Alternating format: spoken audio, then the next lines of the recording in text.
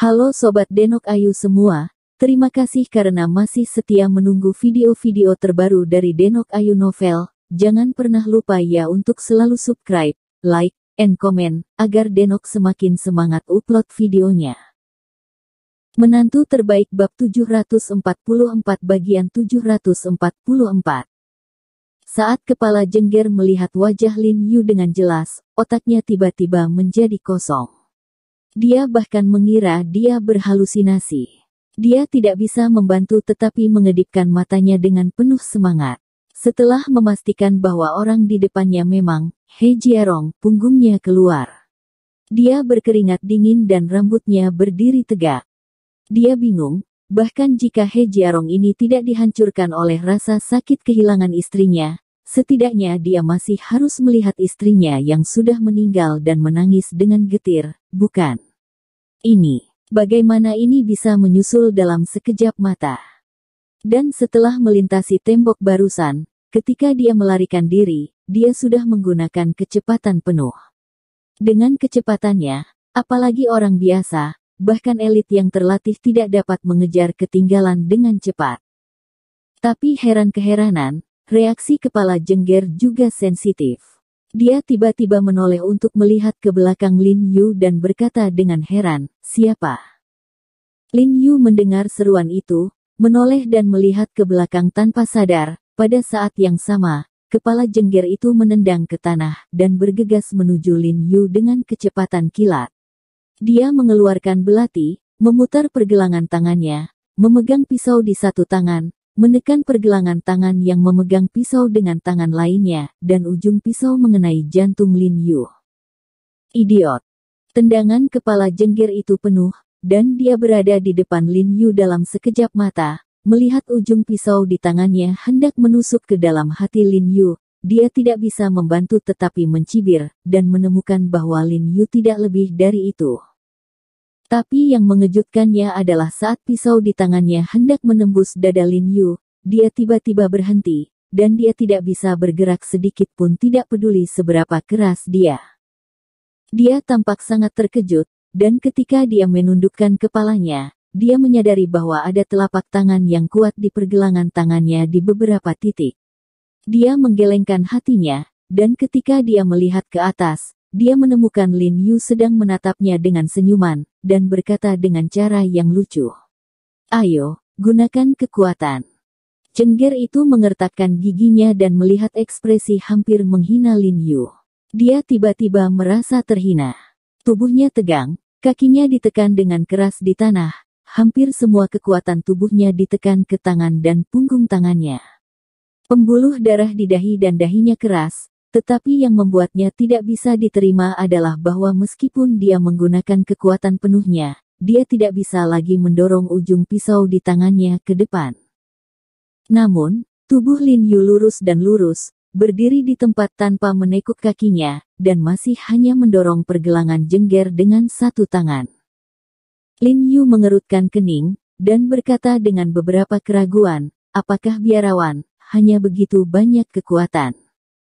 Selain dengan sengaja merangsang kepala Jengger dengan ucapan Lin Yu, dia agak terkejut, meski kepala Jengger jauh lebih kuat dari pasukan khusus biasa, dan bahkan lebih kuat dari orang-orang organisasi Shenmu, Lin Yu menghadapinya sedikit mudah. Faktanya, apa yang Lin Yu tidak ketahui adalah bahwa setelah berlatih tubuh murni dari tubuh kaku murni, dengan bantuan bahan obat Tiancai di Bao, kebugaran fisik dan kemampuannya juga meningkat ke tingkat yang baru lagi, jadi sekarang kekuatannya hampir bisa langsung menghancurkan kepala Jengger. FUCK. Kokskem melihat bahwa kekuatan seluruh tubuhnya tidak cocok untuk tangan Lin Yu. Mengetahui bahwa kekuatannya pasti bukan lawan Lin Yu, dia dengan kasar menarik tangannya dan menendang Lin Yu dengan tendangan tajam. Pisau tajam itu menyerang Lin Yu. Wah! Itu menarik. Lin Yu melihat teknik pedang kepala Jengger itu mencerahkan, dan menyadari bahwa dia belum pernah melihatnya sebelumnya. Dia melihat bahwa teknik pedang kepala Jengger itu mandiri. Setiap gerakan dan setiap gaya sangat rumit. Tebak bahwa itu harus menjadi semacam di dalam biara. Pisau. Lin Yu menghindari belati jengger dengan tidak tergesa-gesa, dan tidak terburu-buru untuk bergerak, karena dia ingin memahami rutinitas kungfu jengger, untuk memperdalam pemahamannya tentang biara. Dia tahu bahwa di masa depan, dia harus berperang melawan biara ini suatu hari nanti, jadi dia tahu dirinya sendiri dan musuhnya, dan dia memenangkan pertempuran. Lin Yu berjalan-jalan di halaman di sini, tetapi kepala sisir itu berkeringat deras. Dia menyadari bahwa dia tidak hanya tidak dapat bersaing dengan Lin Yu dalam kekuatan, tetapi bahkan langkah kaki dan keterampilan pisau yang selalu dia banggakan tidak dapat menyakitinya. Untuk Lin Yu, cobalah yang terbaik. Saat ini, jika kamu tidak menggunakan kekuatan penuhmu, kamu akan mati. Lin Yu berkata dengan samar ke arah kepala jengger, dengan nada dingin yang samar-samar. Dia mengejar untuk membunuh kepala jengger itu. Kokskem gemetar ketika dia mendengar kata-kata Lin Yu, dan dia merasakan jejak kepanikan jauh ke dalam tulangnya yang tak bisa dijelaskan. Pada saat ini, dia tampaknya akhirnya mengerti bahwa Yuan Jiang akan berkompromi dengan Lin Yu setelah dicubit oleh Lin Yu. Kokskem tahu bahwa kata-kata Lin Yu lebih dari sekadar berbicara. Dia tampaknya telah mencium nafas kematian, jadi dia secara alami tidak memiliki reservasi sedikit pun. Dia menggunakan potensinya secara ekstrim dan bekerja lebih keras untuk menyerang Lin Yu, tetapi itu hanya membuang-buang uang. Masih tidak bisa menyentuh pakaian Lin Yu. Lin Yu juga tampaknya melihat bahwa kepala jengger telah menghabiskan semua kekuatannya, mengetahui bahwa tidak perlu menyeretnya ke bawah. Ketika kepala jengger itu ditusuk, tubuhnya berkedip, dan kemudian dia meraih lengan kepala jengger dan menariknya dengan keras, memanfaatkannya. Saat kepala jengger melompat ke depan, dia menendang kaki kepala jengger. Retak.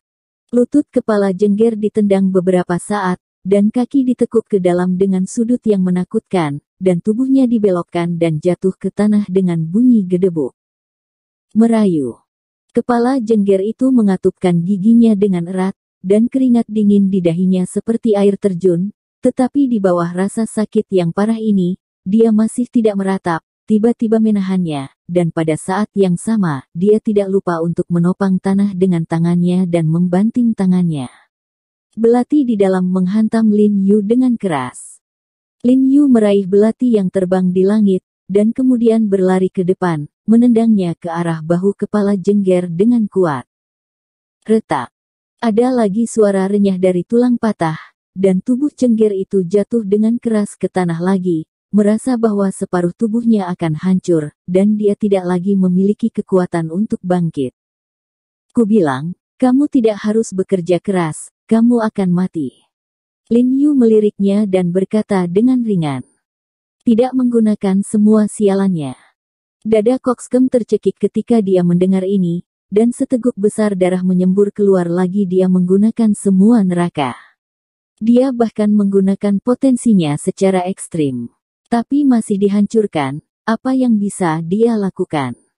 Pada saat ini, dia ketakutan dan ngeri, dan dia tidak bisa menebak apa itu He Jiarong. Lin Yu melihat dari dekat belati yang baru saja dilemparkan Ji Guantou padanya, dan menemukan bahwa belati ini tidak ada bandingannya dengan belati baja misterius asli, dan tidak ada yang namanya gagang belati baja misterius. Jin Seng merasa sedikit kecewa, dan kemudian menoleh ke kepala jengger dan berkata, belatimu, dibandingkan dengan belati baja misterius di wihara, benar-benar jauh di belakang. Kokskem tiba-tiba melebarkan matanya ketika dia mendengar kata-kata Lin Yu, dan melirik Lin Yu dengan kaget. Dia sangat terkejut bahwa Lin Yu benar-benar melihat belati baja misterius. Katakan, apa posisi Anda di biarawan? Di mana markas besar biarawan Anda? Apa hubungannya dengan Liga Master Pedang? Mengapa Anda ingin menemukan dokumen tentang garis kehidupan Tiongkok? Untuk siapa Anda melakukan kerja? Lin Yu berjongkok sambil bermain dengan belati di tangannya, dan menanyakan beberapa pertanyaan yang paling dia pedulikan di kepala jengger. Kokskem menjadi lebih terkejut ketika dia melihat bahwa Lin Yu tahu banyak hal. Kemudian wajahnya tenggelam, dan dia berkata kepada Lin Yu dengan suara dingin, kamu dari militer Huaxia. Benar saja, kalian semua orang Huaxia adalah pembohong. Untungnya, dia baru saja mempercayai Lin Yu, berpikir bahwa Lin Yu adalah seorang pemuda dari keluarga besar. Bagaimanapun, adalah normal baginya untuk berlatih kungfu sejak kecil.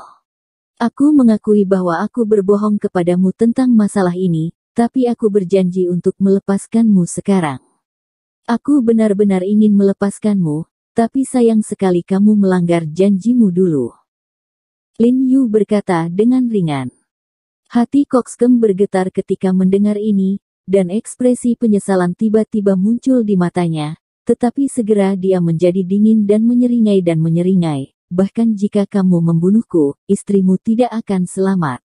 Dia karena kamu baru saja mati, seluruh hidupmu akan dihabiskan dengan penyesalan dan kesakitan, hahaha. Au, aku lupa memberitahumu. Aku khawatir ini akan mengecewakanmu. Kekasihku tidak dibunuh olehmu. Dia hanya mengalami sedikit luka di bahunya.